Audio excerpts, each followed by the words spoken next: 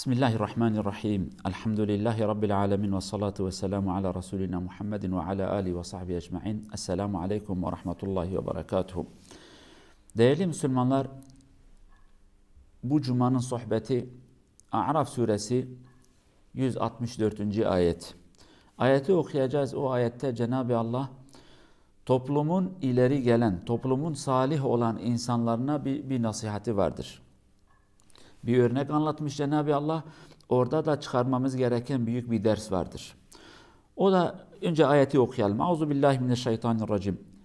Bismillahirrahmanirrahim. Ve iz qalet ummetun minhum lima ta'izun kavmen illahu muhlikuhum ev muazzibuhum azaben şedida. Qalu ma'zireten ila rabbikum ve leallahum yettekun. Sadakallahul azim. Olayın aslı şudur. İsrail oğullarında bir şehirde ki Cenab-ı Allah onlara da kanun getirmiş. Şu günde şu serbesttir, şu günde şu yasaktır. Mesela cumartesi günü çalışmayacaklardı. Avlamaya da gitmeyeceklerdi. O şehrin bazı insanları Allah'ın o yasağını, o kanunu çiğnemeye başladılar. Tabii şehrin o bütün insanları kötü insanlar değildi. İyileri de vardı fakat kötüleri de var. Ama iyiler arasında bir grup insan çıkmıştı. O kötülük yapan, Allah'ın emir ve kanunlarını dinlemeyen insanlara nasihat eder, onları uyarmaya çalışıyorlardı. İşte bu uyaran insanlar iyi olup da sessiz kalan insanlar tarafından bir uyarı almışlar. Diyorlar ki onlara, siz niye bu kötülük yapan, yanlış yapan ve Allah'ın cezasını hak eden insanları uyarmaya çalışıyorsunuz? Boş verin, bırakın onları. Ne halleri varsa görsünler. Allah bu dünyada da onları helak etsin. Öbür dünyada da Cenab-ı Allah onlara cehennemi verecektir. Niye kafanızı yorar? Niye onlarla meşgul olursunuz? Boş verin bu insanları. Tabii bu bugün toplumda yaygın olan bir düşünce. Bana dokunmayan yılan 1000 yıl yaşasın gibi. Yani bana iğnenin ucu değmedikten sonra kime değerse değsin. Bana zulüm yapılmadıktan sonra sorun değildir, kime gelirse gelsin.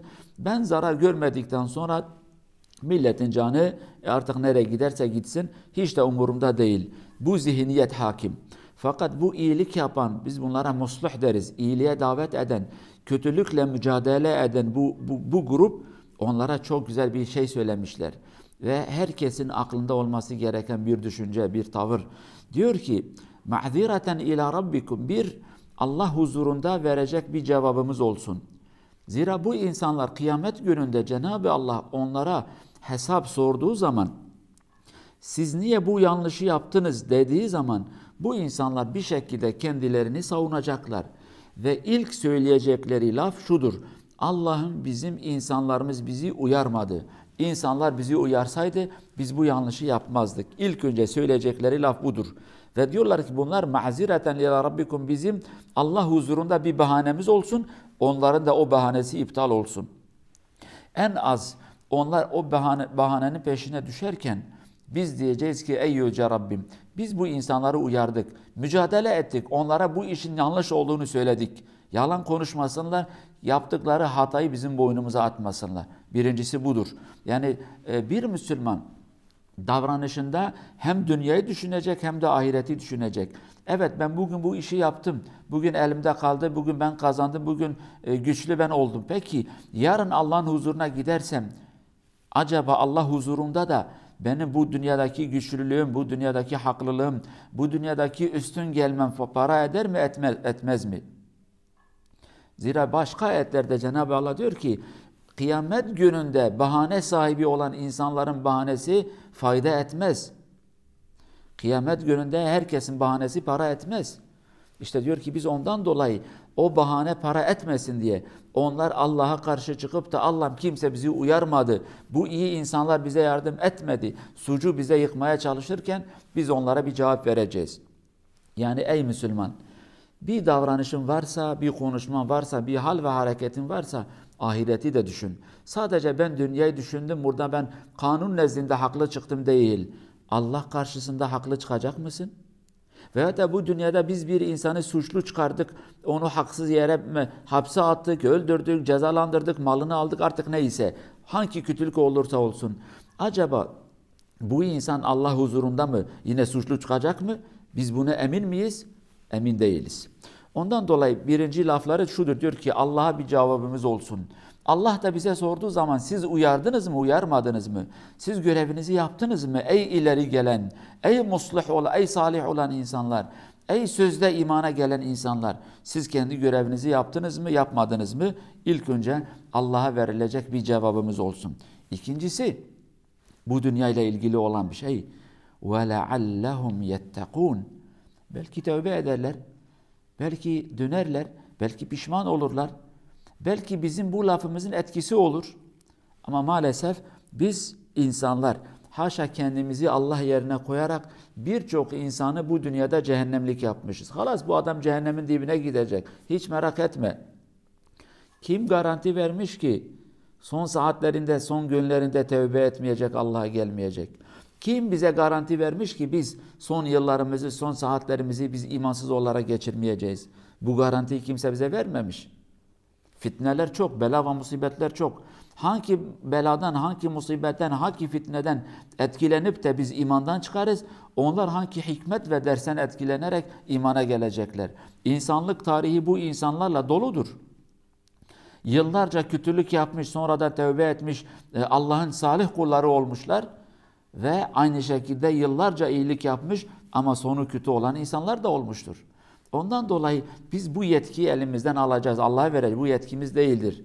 İkinci olan nokta, birçok salih olan insanlardaki olan o hayır cimriliği. Adam hayır bakımında, iyilik bakımında çok cimri. Kimseye anlatmaz. Kimseye nasihat etmez. O kadar cimridir yani.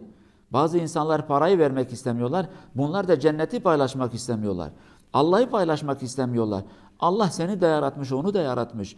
Allah'ın cenneti sana da yeter, ona da yeter, herkese yeter.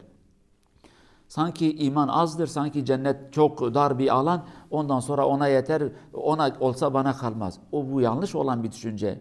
Biz toplum, biz insanlar hayırsever olmadıktan sonra faydamız olmaz. Ondan dolayı alimler diyor ki, negatif bir iyilik, negatif derken yani çalışmayan bir iyilik, bir güzellik, çalışan bir yanlışa karşı pozitif olan, yani çalışan bir yanlışa karşı mağlup gelir. İyi bir insan akşama kadar yerinde otursa iyidir. Namaz kılsın, oruç tutsun, fakat mücadele etmedikten sonra kötü olan bir insan mücadele ettiği zaman o kötü insan kazanacak. Bu iyilik yapan ama iyiliğe davet etmeyen insan kaybeder. Bunu bilmemiz lazım değerli cemaat. Bu bizim en büyük hatamız. İnsanlara nasihati etmeyiz, insanları hak yoluna davet etmeyiz. Şunu unutmayalım. Bir toplum ne zaman düzelir? İyiliğe davet eden insanlar olduğu zaman. Sadece iyiler değil, iyiliğe davet edeceksin. Sen iyiliğe davet edeceksin ki iyilik yapan insanların sayısı çoğalsın. Aksi takdirde yani şunu düşünün, belki bugün futbolla ilgili bir örnek versek, sürekli savunma yapan bir takım gol yer atar, kaybeder. Fakat savunmaya geçen birçok zaman gol atar, kendisi kazanır. Ama sen bütün sporcularını, onyalarını defansa çektiğin zaman, efendim siz kalemizi savunun, kimse bize gol atmasın, karşı taraf var gücüyle saldırır, size gol atar. Ama siz savunmaya geçtiğiniz zaman siz onları yenersiniz, siz gol atarsınız. Biz Müslümanlar da veya da biz İnsanlar bu hususta çok büyük bir hata içindeyiz. Yani sürekli savunmaya geçmişiz. Ama ben kendimi koruyacağım. Bana değmen, yalan bin yaşasın. Bu yanlış olan şeydir. Sen saldıracaksın, sen uyaracaksın. Saldıra derken de yani kavga, kötülükle değil. Sen hakkı anlatacaksın. Batılın alanına gireceksin. Sen batılla mücadele edeceksin. Adam arkadaşını oyuna davet eder. Sigara içmeye, ondan sonra boş boş dolaşmaya davet eder. Ama namaza gelen bir insan onun yanında kalkar, arkadaşına demeyiz ki hadi beraber bir namaza gidelim. Bu kadar pasif, bu kadar negatif olmuşuz. Cenab-ı Allah bize bir kuvvet, bir güç versin, bir iman versin ki hakka davet edelim. Hak için mücadele edelim. Hak yolunda olup da evinde oturan insanlardan olmayalım. Hak için meydanlarda olup insanlara doğruyu ve güzelliği anlatalım. Cenab-ı Allah hepimize hidayeti nasip etsin, hak yolundan ayırmasın, hak yol üzerinde yürümeyi nasip etsin ve hak yola davet etmeyi de bize nasip etsin. Allah'ın rahmeti, bereketi hepimizin üzerinde olsun. Esselamu aleyküm ve rahmetullahi ve berekatuhu.